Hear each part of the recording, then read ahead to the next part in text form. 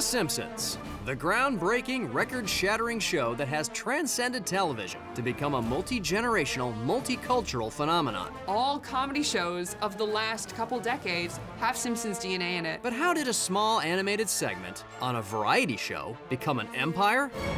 I don't know. And it all started with 13 episodes. Jim Brooks wasn't going to do less than 13. A fledgling network on all these UHF stations. With a terrifying boss. I was like, uh-oh. A couple of TV execs with backgrounds in multicam sitcoms. They worked on Taxi. Along with an underground cartoonist. He was a bohemian. He was an outsider. And an entire animation crew. We were not polished studio guys.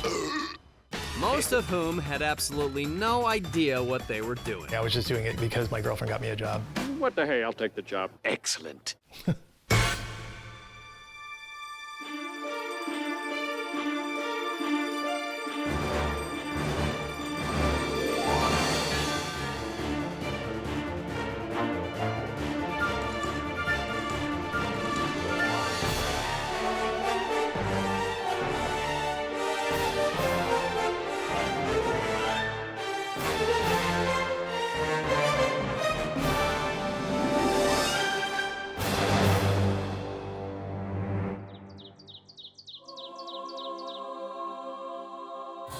In December of 1988, Fox executive Garth Ancier and legendary producer James L. Brooks scored a 13-episode order for a primetime Simpsons series. A big deal for both James L. Brooks and his Gracie Films, and the Fox bigwig Barry Diller. I don't think they had any idea what they were getting into when they gave The Simpsons the go-ahead. They were taking a chance on an animated show. Gambling, the eighth deadly sin.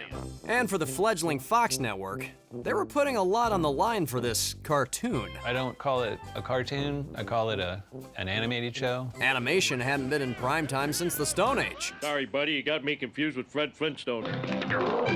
Yes, there was the Flintstones and the Jetsons, but that was a long time ago. It was kind of amazing that we were going to be competing against Roseanne, 60 Minutes. That was unheard of. So it was crucial to draw a line between primetime and the slums of Saturday morning. Common usage of cartoon signifies something for a younger audience or else something wacky. I consider it an animated series because it was supposed to be like a sitcom. I'm hoping she notices Wheeler's got the better nose. Not just any sitcom. It's a half-hour primetime animated sitcom. If cartoons were meant for adults, they'd put them on in prime time. And as a sitcom, it would have to take on primetime's most beloved institutions and break the spell of shows like The Cosby Show, which held sway on up to half of all American TV sets in use on a good night. But not to worry, because as well as Matt Groening... It's not pronounced Matt Groening, which we all thought it was, I think until, like, the internet was created. Right, yeah, good note. These industry heavyweights had the experience and know-how to make very successful television. The same couldn't be said for animation studio Klasky Csupo. They were not really in the character animation business. With limited experience, the team behind The Simpsons were flying blind. The interstitials were crude and short. There was a lot to sort out. Luckily, the head of the animation team was none other than Gabor Csupo, who could best be described as... Gabor is funky. Gabor Csupo ran Klasky Csupo with his wife, Arlene Klasky, and he was very forward-thinking. It was family-like any small boutique studio would be. He was always having comedians come in that he seemed to know. It was just fun.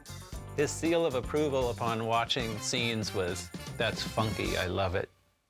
While Gabor Csupo may have been a fun-loving animation producer, his early life wasn't as funky. He escaped Hungary when it was tough to get out of Hungary. He would tell stories about climbing over barbed wired fences to get out of that country. And it was a lifelong dream of his to be an animator in Hollywood. But we always wondered, like, well, why can't it be in the Valley? It's more parking over there. But I think it's because he wanted to be in Hollywood. Despite the bad commute, there was a lot of like, hey, yay, let's do this. I also remember a lot of like, how are we gonna do this? A lot of questions like, where are we gonna put everybody? You know, we had to find places for people to work. And if they wanted to turn The Simpsons into a full-length show, they had to gear up. First on the list, they needed an animation staff. Klasky Csupo hired an entire crew, prop designers, storyboard artists, layout artists, designers, character designers, background designers. Like most animation jobs, you have to take a test to show what you can do. So there was a layout test that I took. So they said, like, looking for background artists, would you be interested in it? It's like, yes, absolutely. Well, I started as a background cleanup artist. I wanted to be on The Simpsons because I loved the shorts. Eat my shorts. Oh, no, not those shorts. They had a long way to go before Bart would be saying that. I was a big fan of the shorts. I looked up who did them, and it said Klasky Csupo, and I called. I pursued it because I really loved those shorts. And just like that, the staffing list was getting longer by the day. I was working for Ralph Bakshi, and we had just finished on a Saturday morning version of Mighty Mouse. One of the directors is a guy named Kent Butterworth, and Kent had just landed a gig on The Simpsons. I thought he was talking about the shorts. Eat my shorts. God, we've talked about this. I headed over there and interviewed and got a job doing storyboards. Things were starting to come together for The Simpsons. Seemingly overnight, Klasky Csupo had expanded from a small team doing interstitials, and in the same manner of which he secured the animation gig for his company. Gabor was renowned for underbidding everyone. That business model worked for hiring staff also. So I think he even underbid a bunch of us, college students. There were some older people who were in the twilight of their careers and didn't want to work too hard. There was like no in-between. It was kind of like hardcore unemployables and young people and really nothing in the middle. Underpaid or not, The Simpsons had their animation team. Now, they just needed something to animate. Simon, Groening, and Brooks were all masters of their crafts. Each had earned the right to have final say on all creative decisions. But it was Matt Groening's voice and vision that drove The Simpsons. Matt Groening, to me, he was an idol of mine. I thought he was so good that he scared me. We're trying to really challenge the other cartoons out there, and I think that we do a fantastic job. We make the Smurfs look like Scooby-Doo. Matt Groening's humor was just perfect. It was sarcastic, and it was different. It was fresh. He understands people, just has his finger on something. Whatever Matt's finger was on, it would point in a singular creative direction. Matt was really striving for a consistent universe. There's certain things that wouldn't happen in the Simpsons world because it's a real world. Get your hand out of that cookie jar. But the man with his finger on the pulse wasn't interested in being under anyone's thumb, especially Sam Simon's. Sometimes maybe Sam Simon, the showrunner, wanted to push the cartooniness of it and have things happen that wouldn't happen in the real world. I think sometimes they had to convince Matt and it would still hold together. So it was Matt Groening that was responsible for making The Simpsons what it is today. Sam Simon was the vision of the show. It was Sam who managed to take these very small, crude vignettes and turn it into a family show that was really built on characters and emotion. So it was showrunner Sam Simon who gave The Simpsons its unique take on the sitcom. No one knew better than Gabor. He knew how to make The Simpsons, and he knew how to make it entertaining for all those people. Got it. So credit belongs to Sam, Matt, and Gabor. It was Jim Brooks who said, "We're not making a cartoon show. We're not even making an animated show. We're making a sitcom. It just happens to be animated." The first primetime animated sitcom in decades was an enticing concept, but they couldn't just make The Simpsons shorts longer. The show needed to be developed, and for that, they needed writers. But that wouldn't be a problem for TV sitcom veteran Sam Simon. I'm John Vitti. I was the first story editor on The Simpsons. It was my first 30-minute job. In fact, John Vitti's only credits were 1 year of SNL, followed by 1 year of unemployment. I didn't know how to be a writer, and I assumed that, I'd be fired if I ever wasn't there. And so John was there, waiting for instructions. Sam's primary job was being a producer on The Tracy Ullman Show. There were so many days where I went in at 10 o'clock, sat in my office, waited for the phone to ring, and then 8 hours later at 6 o'clock, I got in my car and go home. But not every phone was inactive in this story. Rubber baby buggy bumper babysitting service. Because Matt Groening was busy making a call to the one writer he wanted to add to the writer's room. Or at least the one writer who agreed to do it. He called and said, that they were going to turn the Simpsons shorts into a series, and did I want to write an episode? Apparently he was asking all his cartoonist friends if they wanted to do that, and I was the only one who said yes. And a good thing, too, because Mimi Pond was an accomplished cartoonist and best-selling author. And as Matt's one and only writing pick, perhaps Mimi would prove to be an ally in a Sam Simon stacked writer's room. Not that that really gave him any confidence. Sam Simon was asked at a party, but he thought the show's chances were What are the odds on Santa's little helper? 13 and out. Whoa!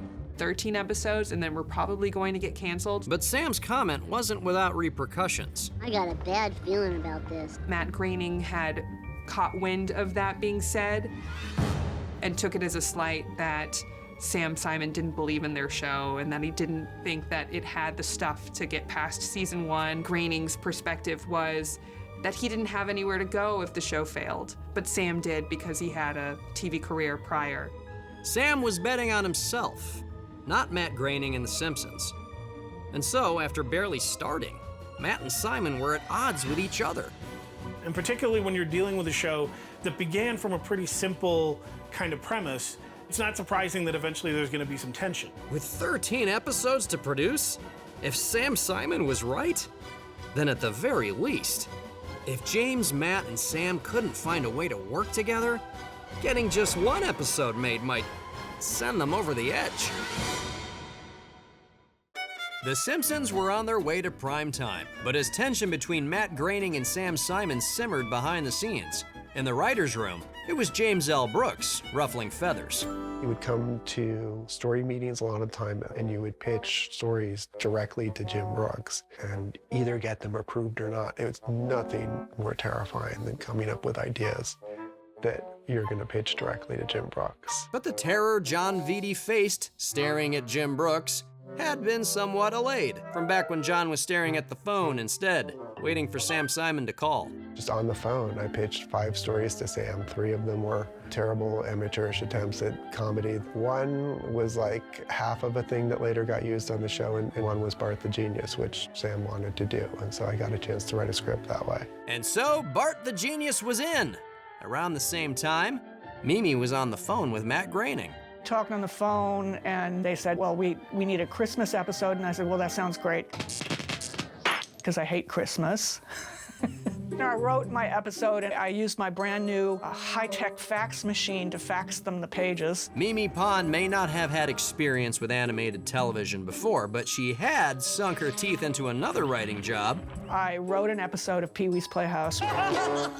Although that experience may have cut down on her expectations of the writing process. We gave them our script, and they shot it. I thought, great, this is the way it works. Then in this rewrite meeting at The Simpsons, I found out this is really a very collaborative process. For example? I had written a thing about the Christmas pageant from around the world, and I just made up some stuff of different traditions, and Sam Simon said no, and she sent someone to the library on the lot at Fox to get a book about Christmas traditions around the world, and came back, and of course they were much more strange and interesting than anything I could have made up. In Germany, Santa's servant Ruprecht gives presents to good children and whipping rods to the parents of bad ones. The Simpsons would premiere in the fall of 1989. So Mimi's episode was, of course, scheduled for later in the series. And they didn't want to show the Christmas episode in October. So, as the 13 episodes came together... The first episode written is Some Enchanted Evening, the Babysitter Bandit episode. The premiere episode, written by the bosses themselves, but John's position wasn't bad. My script, Bart the Genius, actually wound up being the second one produced. And the third would be Homer's Odyssey. So the animation directors got to work, working out how to make these animated sitcoms. For season 1, I had Homer's Odyssey, David had Bart the Genius, Kent had Some Enchanted Evening. Burying their heads in their hands, the directors faced a difficult task. And it was clear they needed a bit of help. Richard Sakai was, and still is, the president of Gracie Films, and his job was to kind of come over and educate members of the crew about the laws of a sitcom, you know, and what they look like, and bring over tapes of Taxi and stuff, and see how the cutting patterns are here, you know, see how they set it up, pay it off, set it up, pay it off. That's what we're doing. But a lot of that was down to the actors, interacting on a live studio set. The process of making animation is very different. But luckily, most of the vocal cast was in place because, as you'll remember, we pulled the voice talent out of the cast of the Tracy Ullman Show. That way there wouldn't be a second set of residuals to have to pay. But they did need a few more voices, including versatile talents like Hank Azaria. Yeah, most have it, most speak it. You look familiar, sir. Are you on the television or something? Pamela Hayden. Look out, Bart! Here comes Skinner! And Marsha Wallace. Do not stick any part of your body out the window. And Harry Shearer, who was very versatile. Hello, Mrs. Simpson. Very, very versatile. Ain't you hungry, Homer? A little bit more versatile. Good evening again, Springfield. Yep, there's more. She's a beaut. Today is Sunday, the Lord's Day. He's even Mr. Burns versatile. Now get to work. The way Mr. Burns says excellent is excellent. But not just Mr. Burns. Fabulous observation, sir. Like, it was so amazing to watch Harry do Burns and Smithers. You ruined my picnic. He'll be gone by the tug of war, sir. I don't know how he does it. So as the cast recorded their unique characters and the writers wrote their different scripts, the animators needed to find a way to all draw in the one same style. And to do that, they needed to standardize. When it went to series, we had to make sure and codify everything and make sure that it looked like the show, and so that everyone could draw it the same way. Like 500 artists have to draw Homer perfectly on model, so you can shift from one artist's work to the other and it looks the same. It was partly designing it so that it could be done quickly overseas. These weren't 30-second interstitials anymore. Even with 75 people on the team, Klasky Chupo needed more help. They enlisted ACOM, an animation studio based in Seoul, South Korea. It started in South Korea because it was a lower cost of living, so the animation was cheaper. In order to do it here, it would cost at least twice as much. So basically his job is to take this and turn it into the TV show. The actual animating, cleanup, ink and paint, compositing, that happens overseas. And that would then turn into drawings, which then would generate cells, which were then painted by hand and then shot onto film. But this process didn't take place overnight. If the episode was animated wrong, Klasky Chupo wouldn't know until it was too late. It was 6 to 9 months to get one episode. But before that clock started ticking, ACOM needed a rule book. That enormous job went to animation director Wes Archer. And I was charged with putting together this model pack. These are templates for all the other artists. So you map out Homer's head, like, well, where are his eyes? Are they in the middle of the head, third of the way down? So you have to do this turnaround of the way the characters are drawn at every angle. That's where I had to really nail down the designs. So I had some influence on the designs. This is a Klasky Chupo model pack that helped the show standardize. This would show you how to draw size-wise, scale-wise. So this is your size and chart of all the people. These are different ways to draw Homer. So he's 3 heads tall. When it came to drawing Homer, one of the directors had what could only be described as a light bulb moment. David Silverman drew this picture of a light bulb, which was the shape of Homer's body. And then 3 of those light bulbs was the size of Homer from the top of his head to the bottom of him. And Homer wasn't the only household product. Bart was a can, like a soup can, his head was, and it was tilted at a certain degree from his neck. And your lip had to have a certain little curl at the end of it. Ears had to sit in a certain position to the nose. All this stuff over the years was how you did it. No detail was too small for the rule book. How many teeth Bart has, how far Homer's mouth goes, his beard line. Does his mouth stretch past his beard line? It used to. Smooth as a baby's behind. Papa? Wes taught me how to draw Lisa. Well, you divide her head into 4 pieces of pie, and then there's 3 spikes on this part, and 3 spikes on that part, and 2 spikes on this part. You just draw it, and you don't think about it. And the foundations laid by this early team would go on to echo through the rest of the series. That was the Bible that people still use to this day of how to draw The Simpsons, and things you were allowed to do and things you definitely weren't allowed to do. With the foundation of writers and animators laid, the Simpsons team had another question on their minds. A question that would go on to be one of the most important in Simpsons history. The Simpsons offices were a flurry of activity. Finally, it appeared the Simpsons were finding their voice. Really? But they hadn't yet found their home. When it came to naming the Simpsons' hometown, Matt Groening found inspiration in TV land. There'd been a sitcom he'd grown up watching as a kid, Father Knows Best. And that show was set in this town, Springfield. Watch out, Springfield. Here I come. By having this very generic throwback American idealized small town and then revealing that it wasn't this idealized place, stands on its head the notion that there was this better time in the past where everyone got along. Springfield had a name. Now it just had to be built. It was color designer Georgie Palouse that made The Simpsons iconically yellow. But when it came to Springfield, Georgie looked to paint the town red, white and blue. I tried to think of something Americana, but in a California way, what was for me represented Americana as a foreigner. Creating a town from scratch is no small feat, and the Simpsons team would need to be able to keep track of where everything was from episode to episode. When we went in to make this map of Springfield, it was a lot of work. We would draw out pans that would show like streets and where things were. We would go in and meticulously draw all the angles, like the Quickie Mart I have memorized in my head for a lifetime. Hello, steady customer. How are you this evening, sir? How you doing, Apu? There was just one more thing that needed to be nailed down. Where is Springfield? Well, that all depends on which one you're talking about. It's one of the most common place names in America. In fact, there are currently 34 of them throughout the United States. So, which one is it? Originally, it was supposed to be kind of a Midwest place, but then Matt Groening is from the Northwest. I believe that there is a Springfield not far from where he grew up. Maybe, but most likely it's nowhere. Or maybe it's everywhere. And that's why it has a little bit of everything. You could have mountains or deserts or oceans. It's this sort of malleable map of America that can be anything that the show's creators want. With Springfield established, it seemed like all the pieces were coming together for The Simpsons, but there was one thing no show can go without. And so the show enlisted the aid of Oingo Boingo frontman turned composer Danny Elfman, who, judging by this footage, may not necessarily look like someone who screams network primetime. But like Matt, Elfman was an underground artist crossing over into the mainstream and had the bona fides to prove it. Danny Elfman is associated as having written some of the best scores ever, from, Pee-wee to Batman.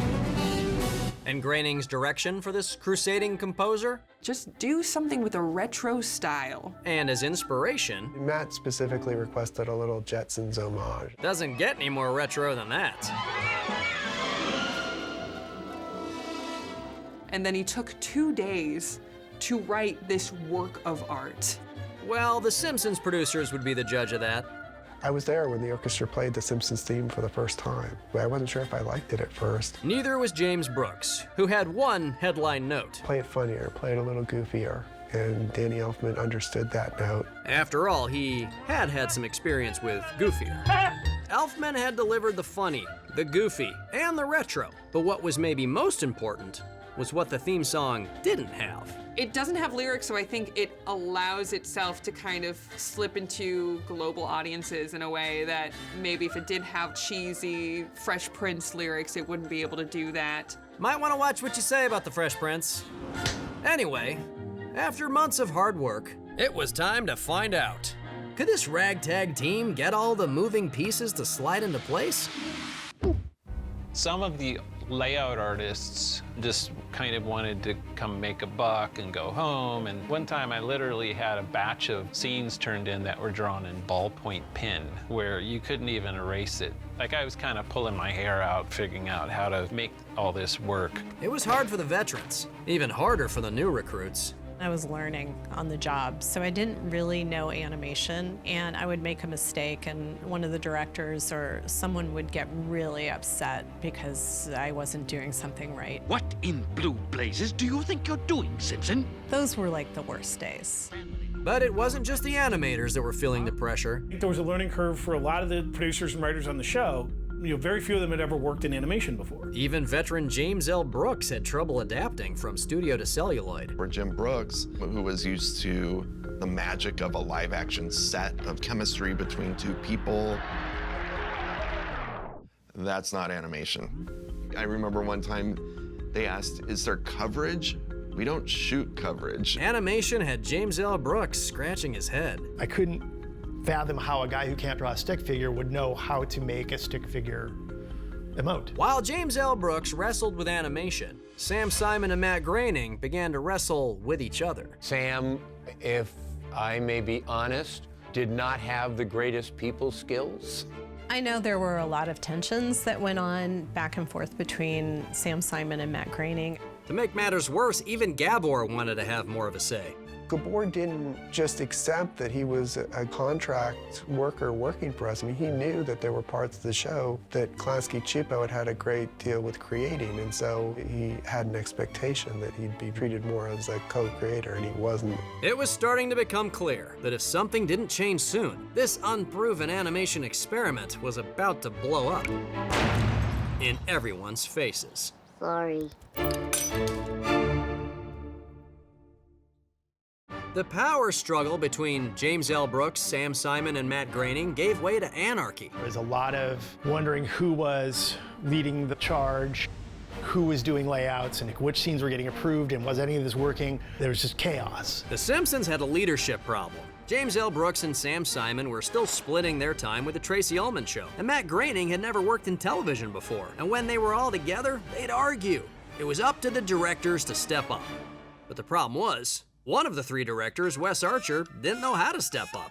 He'd never done it before. I don't think David had directed a half hour either. Make that two of the three directors had never done it before. And one might even ask the question, You're an animation director, what do you direct? You don't have a set, you don't have actors, what do you direct? well, here's what. Similar to what a director does in live action, you're blocking the characters, you're blocking the camera. You are also an editor in a way, because you're thinking, okay, I want to cut to a wide shot here. I want to cut to, you're not going to draw every action from every angle. That would just be impossible, it'll take you forever. So you're thinking ahead, like, what do you want to see on screen?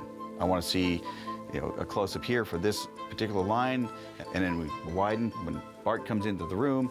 You're also a director of photography, so you're doing a lot of different things. At least the third director was very experienced. And you might even say, mighty. Kent Butterworth, who worked on the new Mighty Mouse show. And so, obviously, Kent would be taking the reins of episode 1. I think he had a real big challenge ahead of him directing the pilot episode of The Simpsons.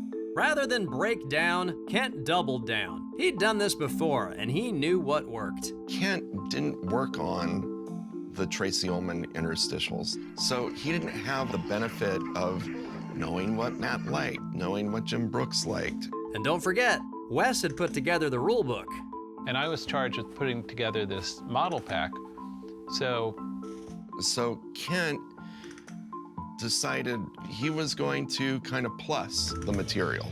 Plussing refers to when a director takes license, adding jokes and visual gags that aren't in the script. When really the material was the material, and our job was to make that material play the best it could, because it was very, very good.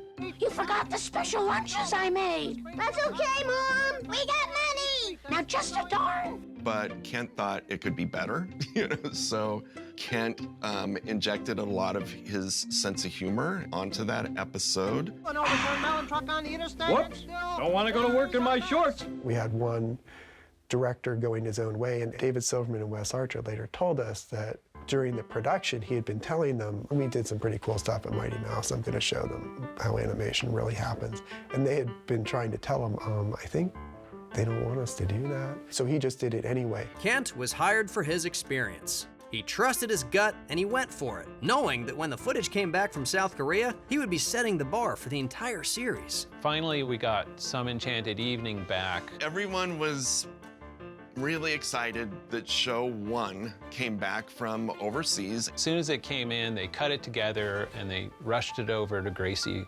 Films to show it. There was enormous expectation. The first episode of The Simpsons is being screened. I remember being nervous. So we all piled into the screening room at Gracie Films, and they aired it, and I definitely heard the reaction to the first episode, but I also saw it myself and saw. It was not what a lot of us thought it would be. Did The Simpsons work as a sitcom?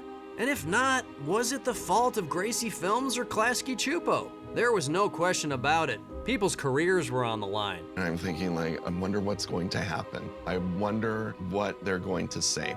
With everything at stake at this first screening of the pilot, would Kent Butterworth's gamble pay off? Or would this episode close the door on The Simpsons for good? But before things got too dramatic, Brooks asked that only the key players remain to discuss what they had just witnessed. Turns out, James L. Brooks was sitting on a secret. He had gone out to dinner and had a lot to drink, and he was hoping that he was drunk and that the episode was actually really good and he was too drunk to appreciate it. So he didn't say anything. And so like after a minute of dead cold silence, he realized, okay, I'm not drunk. That was horrible. Inebriated or not, it was easy to see. It was off style. The jokes weren't coming across. It did not look like the characters that had been established. There was a lot of extra drawings. You didn't want the pictures on the wall to be too distracting. I remember seeing a scene where it was literally like a horse's ass taking a dump. A picture of like horse shit on the wall. Well, soon it would be on the fan. News of the screening spread quickly. There was a pall over, the whole studio. They hated it. It was a fiasco. Everyone was like, oh, shit, oh, fuck, what are we gonna do? This is horrible. But not every scene was objectionable, right? Almost every scene was objectionable in some way. There was some fix that had to happen. It was a tough screening for all involved, but it was Gabor that was on the hot seat.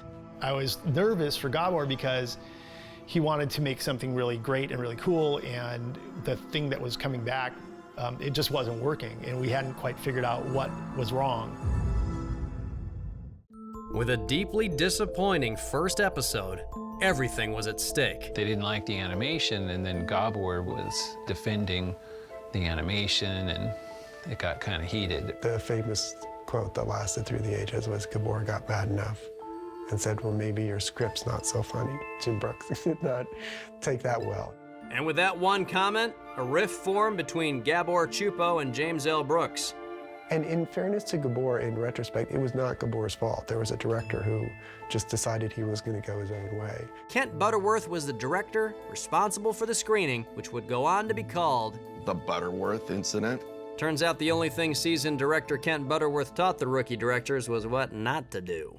To make matters worse, the network had waited a very, very long time for this footage. That was one of the most frustrating things about The Simpsons is you have to buy 13 episodes or you can't make a show. It's not like a pilot situation. You have to make the show, send them to Korea, and then when the animation comes back, then you kind of cross your fingers. And that's exactly what The Simpsons were doing. They had a 13-episode order, but if the show wasn't working, Fox could pull the plug at any point and cut their losses. This may not be happening anymore. It was a given that The Simpsons had just blown up on the launch pad. The Simpsons was over. If The Simpsons were to have any shot at prime time, there would have to be a shakeup. Things got tumultuous on the series, where there was kind of a big restructuring of kind of leadership and directors on the show. First things first. Well, Kent is midway through another episode, and he's phased out almost immediately. Some Enchanted Evening was kind of put on the back burner. They were like, you know what? We're not even going to deal with this right now. Confidence was at an all-time low. There was a fear that what everyone was imagining could not be captured, that animation as a medium was kind of broken and entrenched in kind of old ways, that doing a show like this might not be possible to do. But hold on just a minute. Gabor Chupo had climbed over fences to escape Hungary and make his way, bad traffic or otherwise, to Hollywood. And he had a dream to fulfill, and he wasn't ready to give up. Yet. Gabor's like, he's such a hero for stuff like this. He goes, no problem, babe, we'll figure it out. He just tucked that show in his back pocket and rallied everyone together and said, all right, guys, this shows you how not to make the show. Now we have to make the show that we want to make.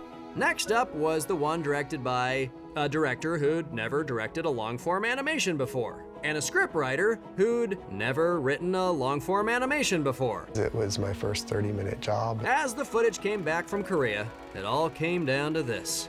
And the results were not. It came back great. Impossible. No, we're quite certain. They were great. That was kind of proof that it could be done. So a lot of that pressure, you know, of can this even happen? That was lifted. It's stifling my creativity, Dad. Sorry, boy. Very luckily, Bart the Genius was directed by David Silverman. Jim didn't even want to wait for it to be delivered to Gracie. We went in a trailer at the Klasky Cheapo lot and watched it, and it was immediately evident that totally it nailed it, and we still had a show. What's going on up there? I think Bart's stupid again, Mom. They were like, okay, this is it. This is the show. That was actually the happy, intense version of the first episode screening, and that I'll never forget. I don't care what that stupid test says, Bart. You're a dimwit. Maybe so, but from now on, this dimwit is on Easy Street. But the team was on Awkward Street, because even though they were now confident they had a show, they certainly couldn't premiere with Some Enchanted Evening. It was literally like a horse's ass taking a dump. We'll deal with that one later. You know, we'll put it on the back burner and try to fix it. And to do that, the tediously long process of having episodes animated in Korea was gonna put their fall launch completely out of whack. So they'd need more time, which was no small ask from a new network who were desperately trying to get new content on the air. I would not have wanted to have been the one to deliver the bad news. But the team had no choice. Jim and Matt had to go into a room with Barry Diller, who was the head of Fox. Terribly intimidating guy, and screen my episode Bart the Genius to Barry Diller and ask for an extension. Barry Diller could just as easily throw The Simpsons a lifeline or shut the show down permanently. They would need divine intervention. First of all, God called. God, that's what I called Barry Diller. He was the chairman of the company. With a nickname like God, it goes without saying that the prospect of asking Fox chairman Barry Diller for more time was intimidating. With Barry, it's very dangerous territory. There were people who ended friendships over the fights that Diller provoked. I would not relish working for him. Based on what he saw, Barry Diller could either give The Simpsons a lifeline or end it right there on the spot. I think there's always a time you think it's not going to go the distance. James L. Brooks recruited a few writers to join him as they screened Bart the Genius for God, Barry Diller. Barry quickly made it clear that he liked the episode. Sign me up, Doc. Based off the strength of Bart the Genius, Barry Diller gave his blessing. The Simpsons were going to have the time they needed to deliver season 1. It was an incredibly intense half hour. When you're living it, it's terrifying, but he would never look back and hold you accountable for a failure. He'd hold you accountable for not trying something. But before Brooks and company left, Barry wanted to get one thing straight. And there was not a day to disagree with anything Barry Diller said. Barry Diller, or otherwise known God, that's what I called Barry Diller, was happy on one condition. He said, you know, in his incredibly intimidating deep voice, "You are going to score it, aren't you?" Jim and Sam would be like, oh, yes, of course you'd score it. The belief is that The Simpsons to this day has full orchestral scoring because Barry Diller said that, and there was not a day to disagree with anything Barry Diller said. So we have Barry Diller to thank for both The Simpsons' iconic orchestral score, as well as giving the team the time to finish the first season. There was only one problem, though, with pushing the schedule. We were supposed to premiere fall of '89, but because of the Butterworth incident, the premiere got pushed into spring. An unwanted yet necessary delay. Yet amidst the confusion and relief, could it be a little Christmas miracle would be delivered early? Because Mimi Pond's Christmas episode had arrived back from the North Pole, or maybe it was Korea? The Christmas episode came back and they're like, great, this is awesome. How about we do this? We'll edit together the Christmas show. It can still air holiday season, and then the series will premiere in the spring. So this is kind of like a Christmas special. Mimi Pond's Christmas special was bumped from the 8th episode in the season to the series premiere. Okay, kids, Prepare to be dazzled. There's always a lot at stake with Christmas and having a perfect Christmas. The disasters that didn't turn into the triumphs. A great metaphor for The Simpsons' road to primetime, and ironic, as the first episode is literally about an underdog. The dog track was Sam Simon's idea, to be honest. But Mimi Pond brought her own experiences to the episode, too. I was just trying to bring my own point of view as having been a little girl to what I wrote. Ow! Quit it. Hey, what's with this? Ow! Quit it. Yeah, ow, ow, ow. That's me. We see the first episode. We're pretty sure we got something special. The Simpsons were finally ready for prime time. Series premiered with the Christmas episode in December of 1989. But was prime time ready for The Simpsons? When we aired the very first episode, we're all kind of talking at the party about, I hope we have a job next week. I hope the ratings are okay. Yeah, I remember watching it, that December 17th of '89. We watched it that night. Before Twitter, there was the playground and the office water cooler. And the next day, The Simpsons dominated both. It was very well received. People loved it. And they kept loving it. Because after the success of Mimi's Christmas episode, the hits kept coming. John Vidi's Bart the Genius kicked off the rest of the season. The jocks at my school watched it, the nerds at my school watched it, everyone was talking about it. Not to mention up-and-coming comic book artists. To see primetime animation come to life, it was a big moment. And what was better for me is that the more you watched it, the more you saw that it wasn't trying to be a Saturday morning cartoon. It was going to be funny, serious, heartwarming, and give a little bit of insight into the human condition. I think if something can bring us that close, it can't possibly be bad. Why, you little... Uh-oh. Even moms loved it. Just kidding. I think most moms across America didn't want their kids or their husbands watching it, for that matter. I know that my sisters wore Simpsons shirts to school and got expelled for doing it. Simpson, you and I are going to have a little talk. Well, surely all that controversy will just blow over. Oh, and as for that Some Enchanted Evening, it aired in the number 13 spot. Almost all of it had to be reanimated. And so, even that disastrous episode turned out okay in the end. For now, The Simpsons Season 1 premiere was a success. And for John, Wes, Mimi... Oh, I thought it was brilliant. I thought it was great. And an inexperienced team who were essentially making it up as they went along, the future was looking bright. Yellow. You knew you had something good. It wasn't a show where you would go, I don't know, man, throw it out there and see what happens. I mean, it was a show that when you watched it, you knew it was gonna hit. And as for Barry Diller and the new Fox network? It was getting them talked about. Sometimes, with controversy, but that was okay. Controversy makes people want to tune in. And if you suddenly have this network that not everybody can get, that has shows that people are talking about, people are gonna be contacting their cable companies. Why don't I have a Fox station? But just because they'd done it 13 times doesn't mean they could do it again. And there was no guaranteeing that the staff that had pulled off this miracle would be back. Sam Simon was very talented, and I know he had a lot of demons. But one thing was for sure. The Tracy Ullman days were now long behind them. And from now on, the only shorts I really loved those shorts. would be these kind. Eat my shorts.